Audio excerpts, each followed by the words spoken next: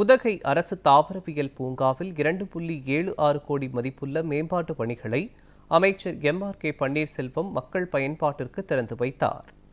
புதிய நடைபாதை, சுகாதார வளாகம், கள்ளிச்செடி மாளிகை, நீர்த்தேக்க தொட்டி, தானியங்கி பசுமை குடில் மற்றும் அயல்நாட்டு தாவரங்கள் அறிமுகப்படுத்தப்பட்டன. இதையடுத்து பேசிய அமைச்சர் பன்னீர்செல்வம், 5 ஆண்டு திராவிட மாடல் ஆட்சியில் விவசாயிகள் தற்கொலை தடுக்கப்பட்டதாகவும் 6,65,00,000 விவசாயிகள் அரசு திட்டங்களால் பயனடைந்துள்ளதாகவும் கூறினார். மேலும் தமிழ்நாட்டில் விவசாய நிலங்கள் பரப்பு மற்றும் நெல் உற்பத்தி அதிகரித்துள்ளதாக கூறினார்.